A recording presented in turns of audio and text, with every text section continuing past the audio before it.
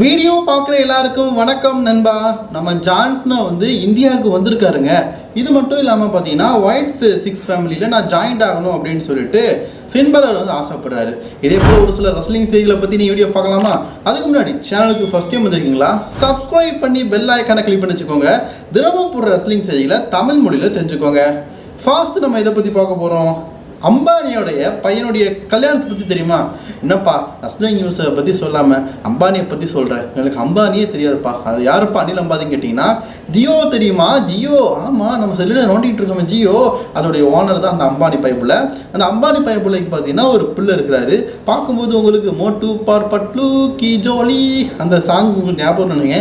எனக்கு ஜோடியை பார்க்க அப்படி தான் தோணுது. சரி, நம்ம மைண்ட் வேறு அங்கே போகுது. சரி, இப்போ நம்ம நியூஸுக்கு வருவோம்.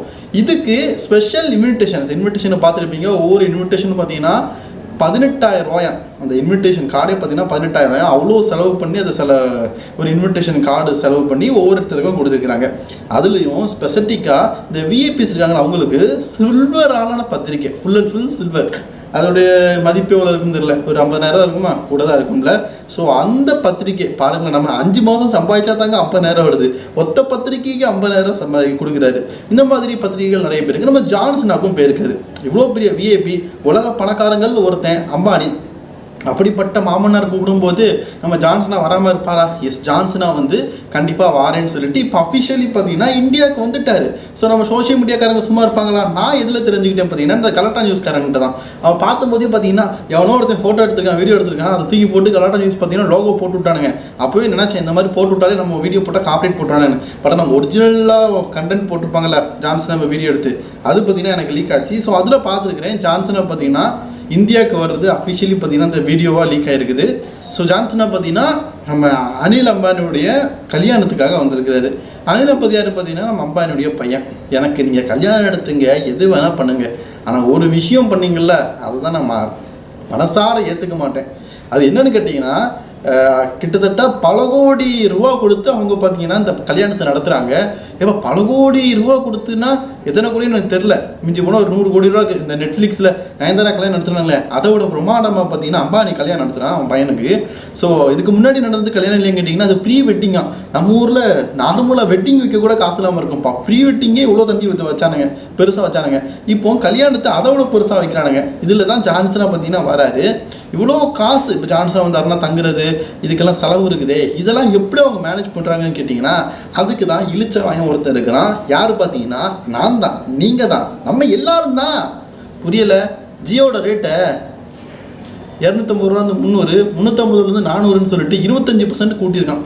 அதாவது அவர் சொத்து மதிப்பில் எனக்கு தெரிஞ்சு பார்த்தீங்கன்னா ஒரு 1% கூட பார்த்தீங்கன்னா அவருடைய கல்யாணத்துக்காக கூட்டியிருக்க மாட்டார். பட் இருந்தாலும் அவர் கல்யாணத்துக்காக செலவு பண்ணுற பைசாவை எக்காரணத்தை கொண்டும் அவர் சிறுக சிறுக சேர்த்து வச்சிருக்கிற அந்த கொஞ்சம் பைசாலேருந்து குறைஞ்சிடக்கூடாதுன்னு சொல்லிட்டு நம்ம தலையில் கட்டிட்டாரு. வேணா அவங்க ஜியோ யூஸ் பண்ணுற ஃப்ரெண்ட்ஸு, உங்கள் யூஸரை பாருங்கள். இவன் தான் கூட்டினா ஏர்டெல் உன்னையே நம்பிட்டு இருந்தேன், நீயும் கூட்டிகிட்டல, வச்சு சரிங்கல்ல. இப்போ நானாக சுட்டு இல்லைங்க, யூடியூப்பில் ஒரு 10,000 வருது, நான் மாதம் ஒரு 15,000 சம்பாதிக்கேன், 25,000 டேலி பண்ணி ஓட்டிடுவேன். இப்போ நார்மலாக காலேஜ் படிக்கிற பைக்கெல்லாம் பாருங்கள், வீட்டில் 500 ரூபா இதுக்கு முன்னாடி 300 ரூபாய்க்கு ரீசார்ஜ் பண்ணதுக்கே செருப்பால் அடிப்பாங்க. இப்போ 400 ரூபா கேட்டால் தொடர்பாக்கையில் அடிப்பாங்க. இதுக்கு மேலே பல பேர் பார்த்தீங்கன்னா மாதம் சம்பளமே 10,000 நம்பி தான் இருக்கானுங்க. வீட்டில் 8,000 கொடுத்துட்டு இஎஸ்ஐபிஎஸ் எல்லாம் போயிட்டு மிச்சம் 500 1000 அதில் டீயை குடிச்சிட்டு ரீசார்ஜ் பண்ணிட்டு இருப்பானுங்க. அவனுக்கு திடீர்னு ஒரு 100 ரூபாயை கூட்டினா எப்படி இருக்கும்? ஹார்ட் அட்டாக் ஒரு மாதிரி தானே இருக்கும். அடுத்த செய்தி யாரை பற்றி பார்க்க போகிறோம் பார்த்தீங்கன்னா, இப்போ WWE பார்த்தீங்கன்னா ஒரு விஷயத்தை தொடர்ந்து பண்ணிகிட்டு இருக்கிறாங்க. அதுதான் ஜான்சனாவுடைய ரிட்டையர்மெண்ட் மேட்சஸ்.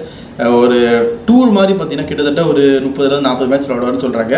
அதில் மேக்ஸிமம் மேட்சஸ் பார்த்தீங்கன்னா லைவ் ஷோஸில் விளாட போகிறாராம். அதனால் அவங்களுடைய ஃபுல் ஃபோக்கஸிங்கும் லைவ் இவெண்ட்டில் ஃபோக்கஸ் பண்ண போகிறாங்க. இப்போ மெயின் ஷோவில் பார்க்கும்போது நம்ம ஜான்சனா பார்த்தீங்கன்னா பேப்பர் தான் சண்டை போடுவார், ஒரு சில ஸ்மாட் அண்ட் ராவில் சண்டை போடுவார். ஆனால் அதிகபட்சமாக பார்த்தீங்கன்னா ஜான்சனா லைவ் இவெண்ட்ஸில் அதிகமாக பங்கேற்பார் அப்படிங்கிற மாதிரி சொல்லப்படுது.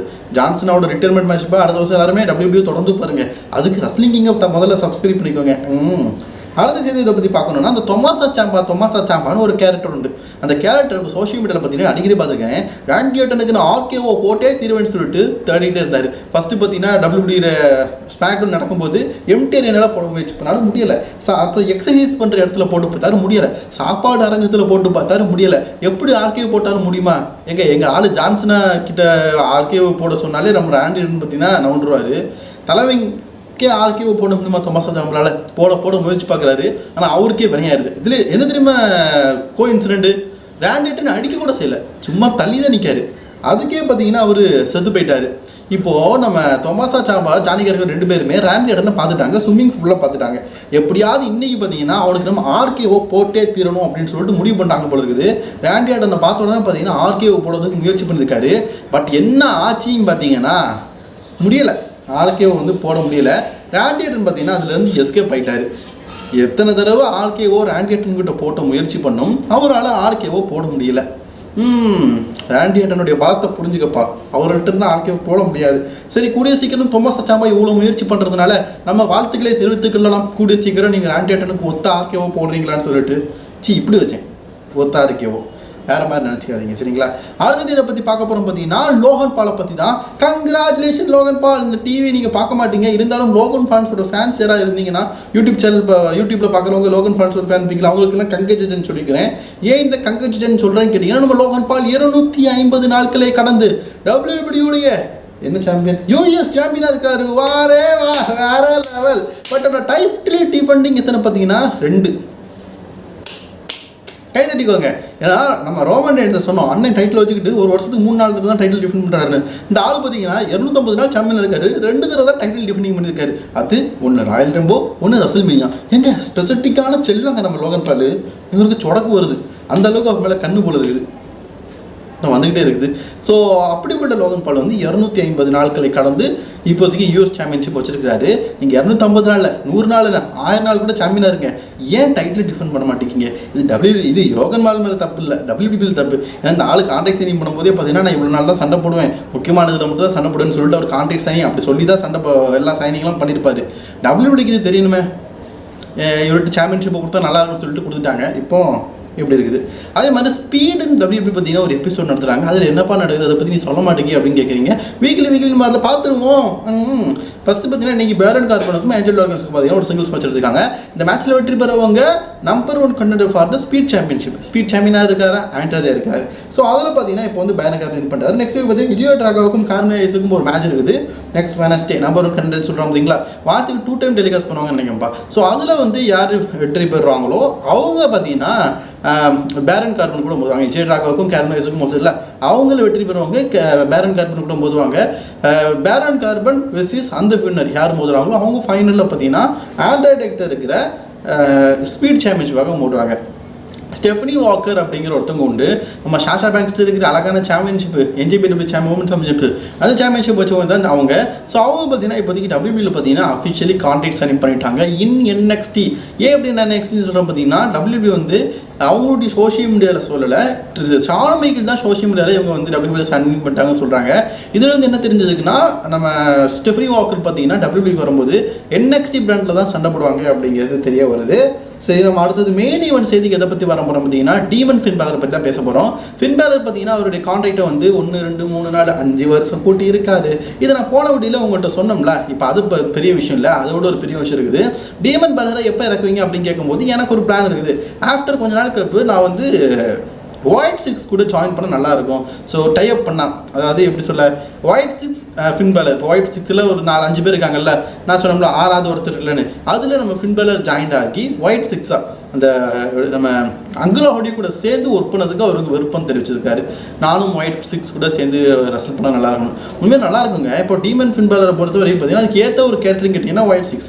பட் ஆனால் இப்போ ஒரு ஜட்மெண்ட் டேயில் இருக்கிறாரு, அவருடைய ஆசையை தெரிவிச்சிருக்காரு. இப்போ ஜட்மெண்ட் டே விட்டு அவர் போக சொல்ல முடியாது. மேபி ஜட்மெண்ட் டே பிரிவினை ஏற்பட்டு வேர்ல்டு சாம்பியன்ஷிப் அவர்கிட்ட கூட போகலாம். ஏன்னா டேமியன் பிரிஸ்க்கு அவருக்கும் சண்டை ஏற்பட்ட மாதிரி தான் அடிக்கடி காட்டே இருக்கானுங்க.